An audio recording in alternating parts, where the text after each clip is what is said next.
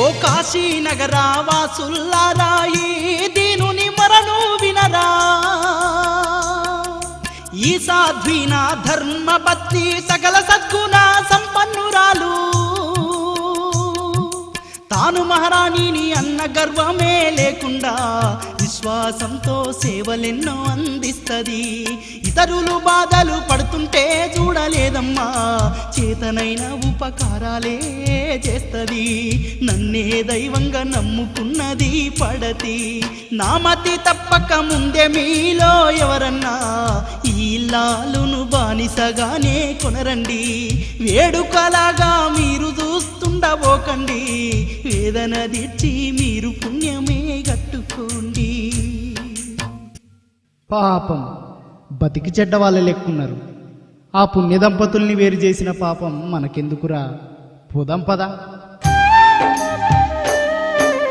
అయ్యలార వెళ్ళిపోతున్నారా నన్నెవరు ఉనరా ఈ ముని రుణమును తీర్చేటి భాగ్యము నాకు ఇవ్వలేరా ఓ కాశీ విశ్వేశ్వరుడా నన్ను దాసిగా కొనేటి ఒక ధర్మాత్ముని ధనవంతుని నువ్వైన పంపలేవా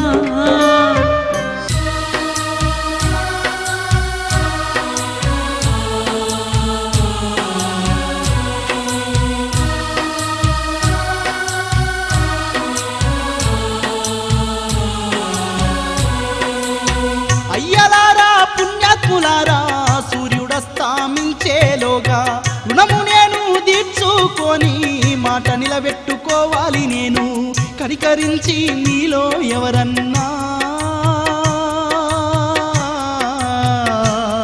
ఈ ఉత్తమురాలిని బానిసగా కొంటే చాలయ్యా.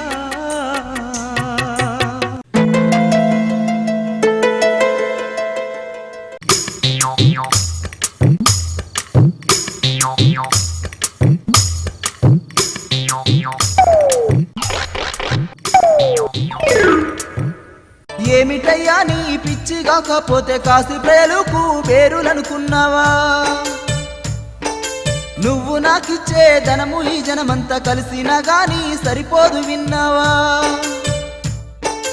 కాశీరాజే కాదు కాశీలో ఉన్న విశ్వనాథుడే ఇక్కడికొచ్చిన నీ సిక్కుదీరదు ఓ హరిచంద్ర. ఓయ్ సన్నాసి, కాశీ అంటే కాశీ ప్రజలంటే అల్లాటప్ప అనుకుంటున్నావా? నీకెంత ధనం కావాలో చెప్పు. అసలు ఆమె నీ భార్యనే అని నమ్మకమేముంది? బుద్ధున్నోడెవడన్నా పెళ్ళాన్ని నమ్ముకుంటాడా? ఆమెని ఎక్కడ ఎత్తుకొచ్చినవో ఏమో.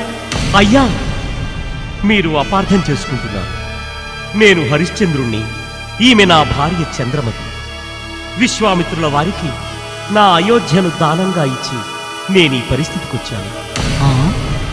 హరిశ్చంద్ర మహారాజా, అయ్యో చక్రవర్తికే ఎంత గతి పట్టింది. అంతా విశ్వనాథుని మాయ. ఇదిగో నీ చేతగానితనాన్ని సమర్థించుకోనికి ఈ ఈశ్వరుని మీద నిందేయకండి. ఆయన సంగతి నాకు తెలియదా? చెయ్యని అప్పును నెత్తి మీదేసుకొని పిల్లా నమ్ముకుంటుండు. ఇదిగో హరిశ్చంద్ర, సత్యం కోసం నువ్వు పడుతున్న తాపత్రయం చూస్తుంటే ముచ్చటేస్తుందయ్యా. పోనీ నువ్వు నీ భార్య నమ్ముకోకుండా నీకు కావలసినంత ధనాన్ని ఊరికనే ఇస్తా, అతనికిచ్చే. స్వామి, నేను క్షత్రియుని వంశంలో పుట్టినవాణ్ణి, దానం స్వీకరించను. సరే, నువ్వంతగా మొండికెత్తుకుంటే నేనేం చేయగలను? ఆ సన్నాసి చెప్పినంత సొమ్మిచ్చి నీ భార్యను కొనుక్కుంటా పో. అయ్యా, మరి నా ధనము? నా ధనానికంతా కాశీరాజే ధర్మాధికారి. ఇదిగో ఈ ముద్రిక చూపించు. నువ్వు కోరినంత ధనం నీకు ముడుతుంది.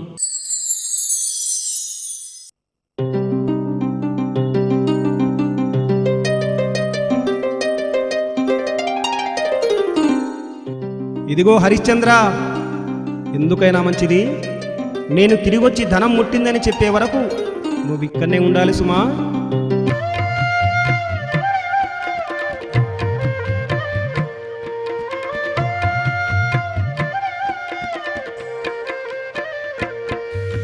దేవుడా నీలీల కంతమేదయ్యో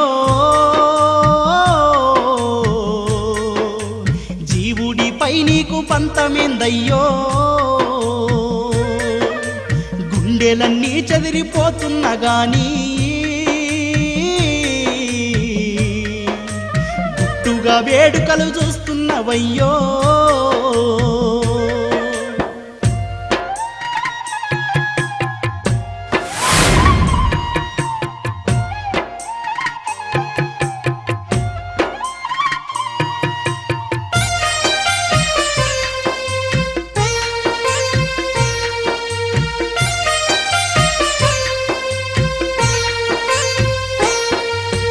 ప్రాణంలో ప్రాణంగా కలిసి మెలిసి ఉన్న జంట పిట్టలు రెండు దూరమైపోతుంటే పాపమా పసికూర అల్లాడుతుంటే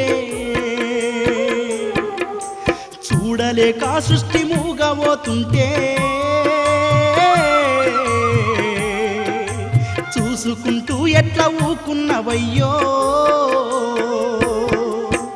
దేవుడా నీలీల కంతమేదయ్యో జీవుడిపై నీకు పంతమేందయ్యో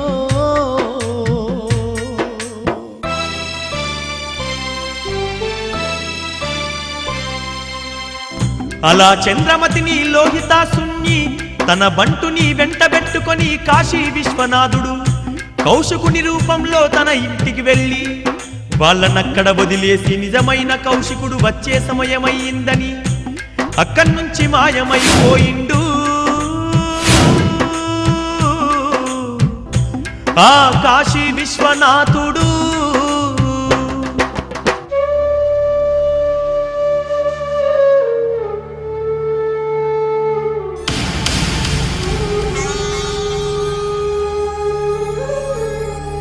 హరిశ్చంద్ర, మా గురువు గారికి ఇస్తానన్న ధనమంతా ముట్టింది గాని మరి నాకేం బత్తెలేదా? స్వామి, మీరిలా నన్ను బాధ పెట్టడం న్యాయం కాదు. మీరు వచ్చింది మీ గురువుగారి పని మీదనే. మీకు నేను వేరే పత్యమిస్తామనలేదే. అది వేరే చెప్పాలనా? ధర్మప్రభువులు అనుకున్నా కానీ బత్తెం ఎగ్గొడతాం అనుకోలేదు. నెల రోజులు తిండి తిప్పలు లేక ఎన్ని బాధలెల్లదీస్తూ నీ వెంట తిరిగి నువ్వు మర్చిపోయినావా? నీకేమి ఇవ్వనని ఒక్క మాట చెప్పింది, నా దారిని నిలిపోతా. ఆగ్రహించకండి స్వామి. నమ్ముకున్న భార్యని అమ్ముకున్నవాణ్ణి. నన్ను కూడా ఎవరికైనా బానిసగా అమ్ముకుని ఆ బత్యం మీరు తీసుకోండి. తెగించినోనికి తెడ్డే లింగమంట. పద, ఏం చేద్దాం? నిన్ను ఎవరన్నా కొంటారేమో చూద్దాం.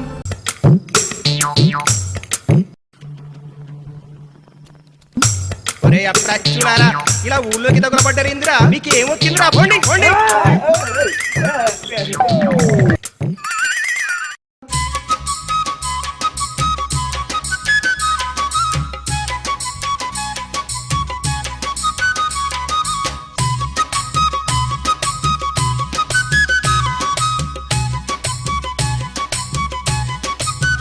అరెరెర కులంలో ఏమున్నదిరో, మతంలో ఏమున్నదిరో, మట్టిలో కలిసే మనిషికి అంటూ ముట్టు ఏందిరో.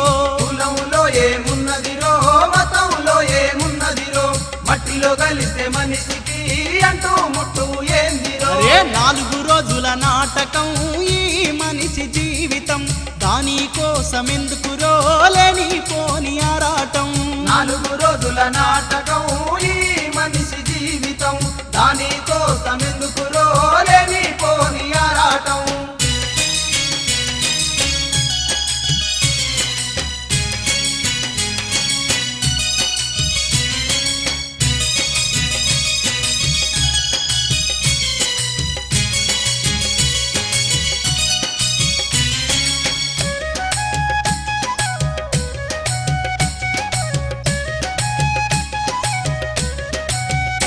అరే నిలువు బొట్టుతో స్వర్గం వస్తదా, అడ్డబొట్టుతో నరకం పోతదా? అడ్డబొట్టుతో నరకం పోతదా, అడ్డబొట్టుతో నరకం ఈ పోతదా. జుట్టు బొట్టు కట్టు బాట్లు పాడెకట్టుతో మాయమైతాయి, పాడెకట్టుతో మాయమైతాయి, పాడెకట్టుతో మాయమైతాయి. అరే జంగాలేమో శివుడని అనిరి, దాసరులేమో కేశవుడనిరి. దాసరులేమో కేశవుడనిరి, దాసరులేమో కేశవుడనిరి. అరే జంగము దాసరి ఎర్రటి గుద్దు కసచ్చి వల్ల కాట్లో ఒకటైపోయిరి అరెరెరె కూడు వెట్టని కులములు మంచి చెప్పని మతములు సృష్టించే ఆ సాములు నా చేతిలో బూడిదే అయితరు చల్ పెట్టని కులములు మంచి చెప్పని మతములు సృష్టించే ఆ సాములు నా చేతిలో బూడిద అయితరు. ఓ కాశీనగర వాసుల్లారా, ఇతడు హరిశ్చంద్ర మహారాజు మాటకు కట్టుబడి రాజ్యాన్నే దానం చేసి భార్య బిడ్డల్ని అమ్ముకున్న త్యాగశీలుడు ఇప్పుడు తను కూడా అమ్ముడుపోవడానికి సిద్ధంగా ఉన్నాడు. ధర కేవలం 1,00,000 సువర్ణాలే, 1,00,000 సువర్ణాలే, 1,00,000 సువర్ణాలే.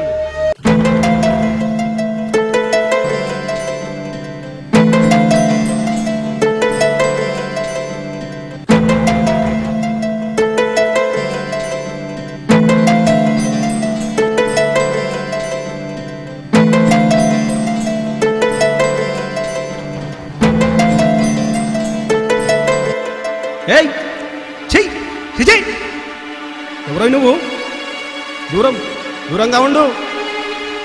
ఏయ్ ఎవరనుకుంటున్నావు? ఈ ఊరి కాటికి దొరని వీరబాహుణ్ణి. ఛ! కాటి కాపరోనివా?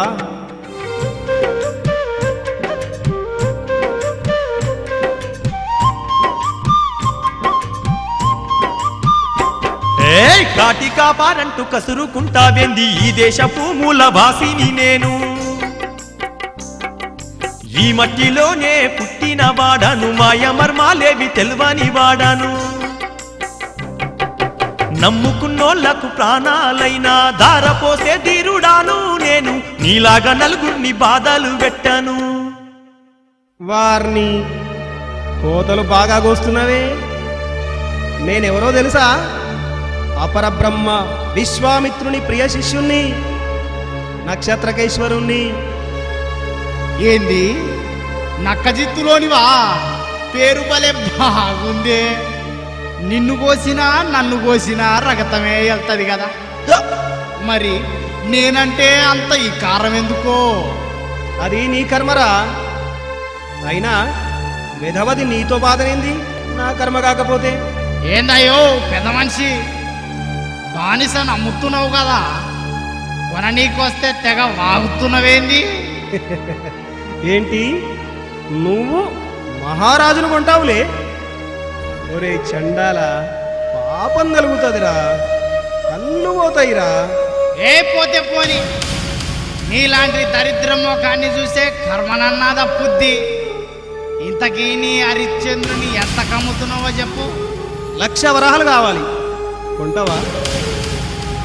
సచ్చిన శవాలను కాల్చుకొని అట్లనే బతకక నీకెందుకురా? ఓయ్ నక్క జిత్తుల సామి, నన్ను తక్కువ అంచనేస్తున్నావు.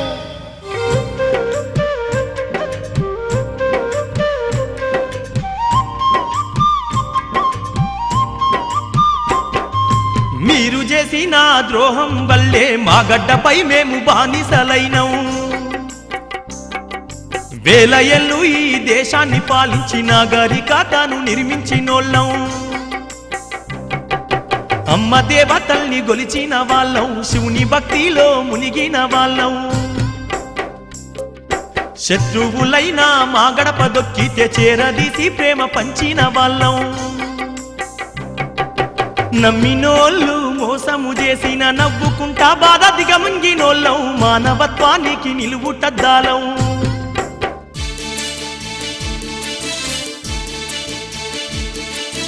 ఓ మహనీయ సూర్యదేవుడు, అస్తమించేలోగా నక్షత్రపురికి 1,00,000 వరహాలు భక్తింగా ఇవ్వాలి.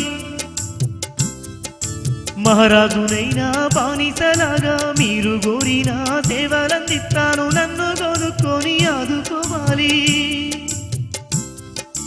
ధర్మ విరుద్ధముగానట్టి ఏ పని చెప్పినా నేను చేస్తాను, యజమానియే నాకు దైవంగానే నిల్లవేలలపు. ధర్మమో కర్మమో ఎవరికి కావాలి? నేను చెప్పినట్టు చేస్తానంటున్నావు, నాకంతే చాలు. ఓ నక్క జిత్తులాయన, మా కోటిగాడు నీకు 1,00,000 వరాలు ఇస్తాడు పో. ఓయ్ బానిసోడా, నీ పేరు నాకు నోరు తిరగదు కానీ నా పేరు ఈరబాహుడు. నువ్వు నా దాసుని, అందుకే నిన్ను ఈరదాసని పిలుస్తా. పలుకుతుండు. ఇదిగో గొంగడి, ఇదిగో కర్ర, పట్టుకో.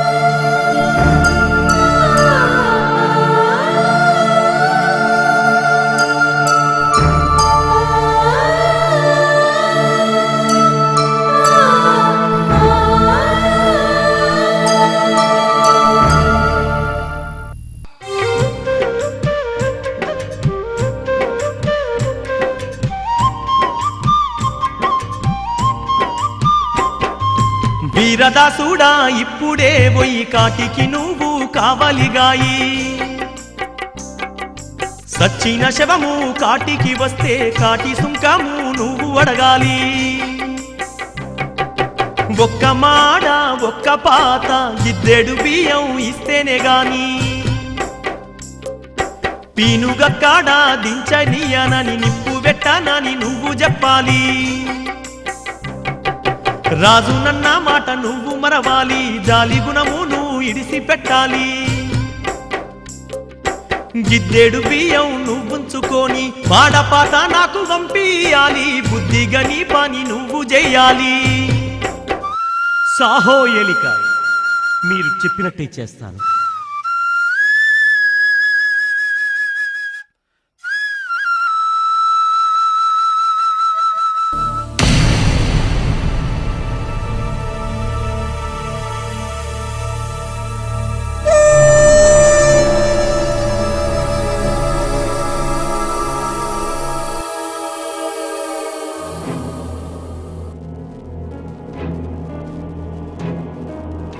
గురురాజన్,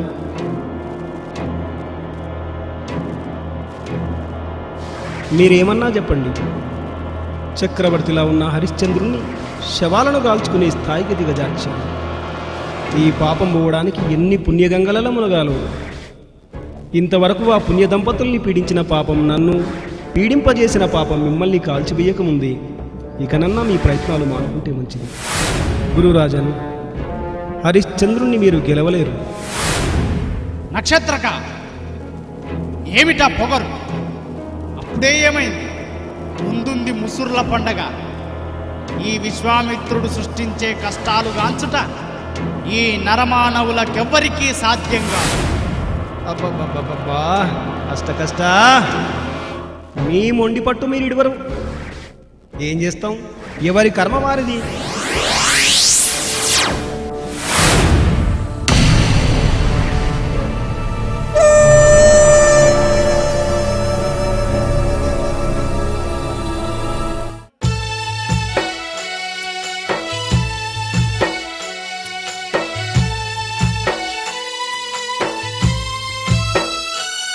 ఇది ఏమి ఘోరము,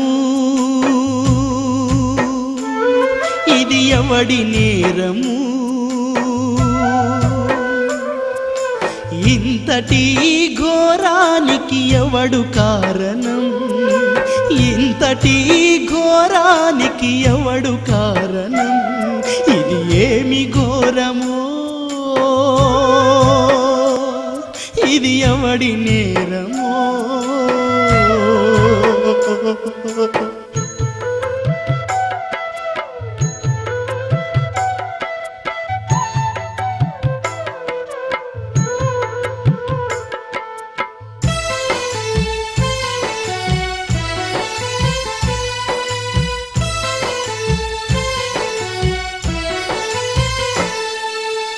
మహారాణిగా సేవలెన్ను పొందిన తల్లి ఒక దాసిలాగా ఊడిగాలు చెయ్యడమేమి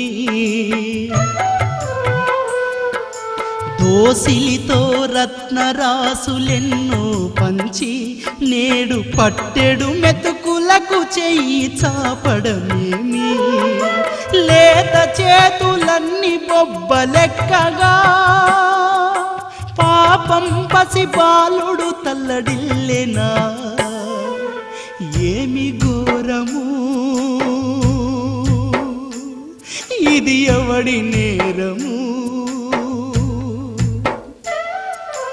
ఇంతటి ఘోరానికి ఎవడు కారణం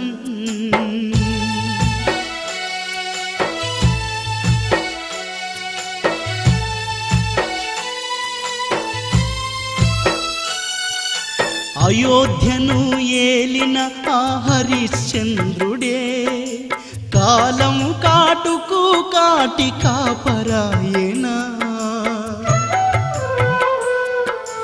భూతాలు ప్రేతాలు పిశాచాలే వల్ల కాటిలో అతనికి నేస్తమాయనా కాలుతున్న కష్టాల వెలుగులో తన కర్మను తలచుకుంటూ సాగెనా ఇది ఏమి ఘోరమో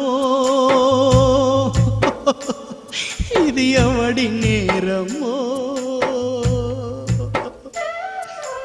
ఇంతటి ఘోరానికి ఎవడు కారణం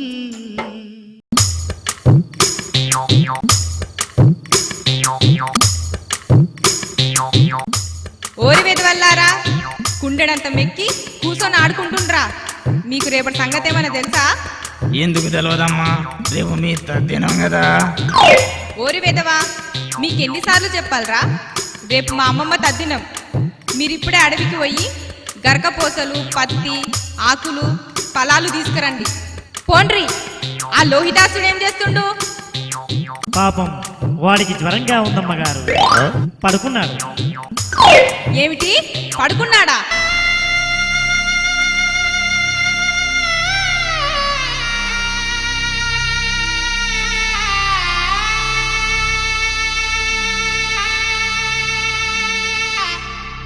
ఏది జ్వరం దొంగ వెదవా నాటకాలు ఆడుతున్నావా అడవికెళ్ళి ఆకులు తెప్పుకొని రాపో అమ్మా అమ్మా వాడు అడవికి ఎప్పుడూ వెళ్ళలేదమ్మా. ఏంది అడవికి ఎప్పుడు వెళ్ళలేదా? ఈ పప్పు నా దగ్గర ఏం ఉడకవు, తీసుకెళ్ళండి.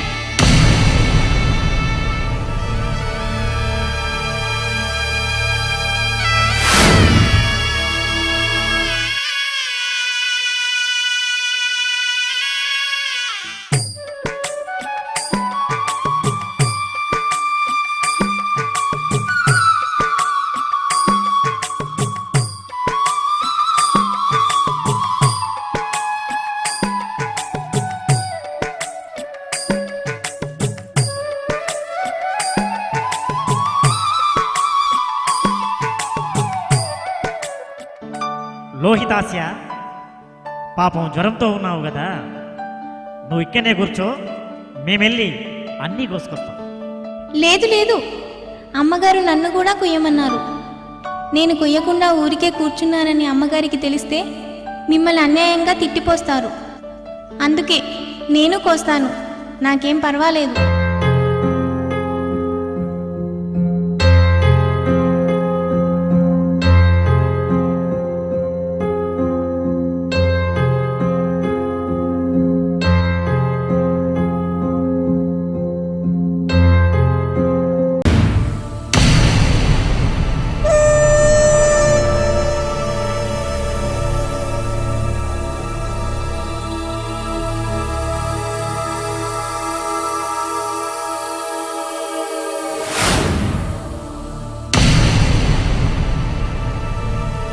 నాగేంద్ర, అదిగో అక్కడ లోహితాస్యుడు గరక తెంపుతున్నాడు. నువ్వు ఎలాగైనా మాటేసి వాణ్ణి కాటి. చిత్తం బ్రహ్మర్షి.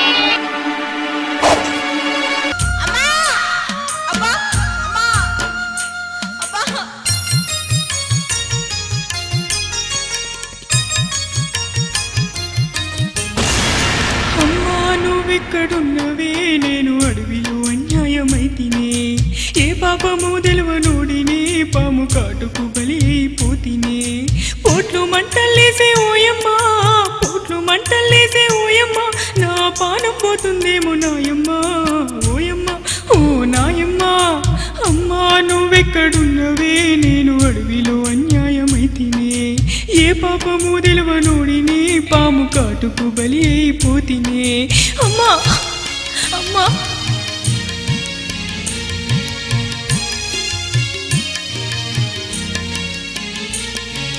ఒళ్ళు తిరుగుతుంది ఓయమ్మ నా కళ్ళు సీకట్లాయే నాయమ్మ అమ్మా కడుపులోన ఉన్న పేగులు ఎవరో ఒడిదిప్పినట్టాయే నాయమ్మ గొంతేమో తడియారుతున్నది నాలో గోసనైతే వెరుగుతున్నది గొంతేమో తడియారుతున్నది నాలో గోసనైతే వెరుగుతున్నది చివరిసారి చూడాలని నిన్ను చివరిసారి చూడాలని నా పానం కొట్టుకుంటున్నదే ఓయమ్మ ఓ నాయమ్మ అమ్మా నువ్వెక్కడున్నవే నేను అడవిలో అన్యాయమైతినే ఏ పాపము తెలవనోడినే పాము కాటుకు బలి అయిపోతినే నాన్న ఎక్కడున్నావు నాన్న నాన్న ఎక్కడున్నావు నాన్న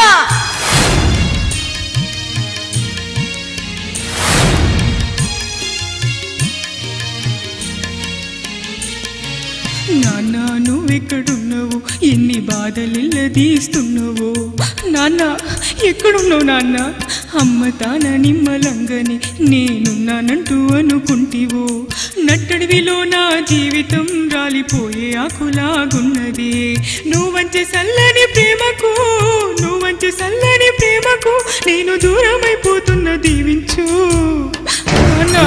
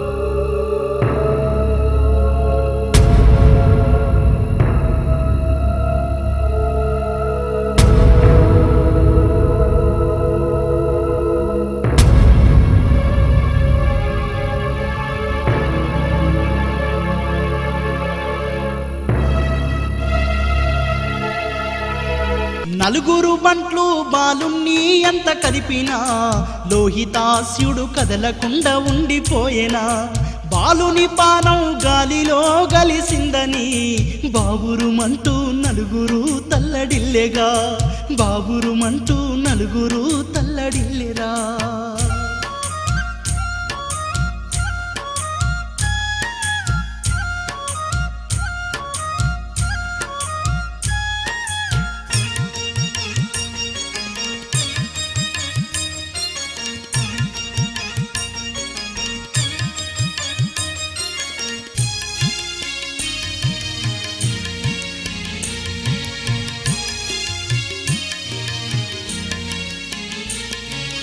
ఇంటికి వెళ్ళిన నలుగురు బంటు జరిగిన సంగతి చెప్పంగానే చంద్రమతి గుండె చెరువైపోయి నిలువున తల్లి వనికి పాయే కడుపు కోతను తట్టుకోలేక తల్లి కన్నీరు మున్నీరై అడవిలోకి బయలెళ్ళి చెట్టు చెట్టును పుట్ట పుట్టను గాలిస్తూ పుట్టెడు దుఃఖాన మునిగిపోతూ లోహిత చేరవచ్చనే ఆ తల్లి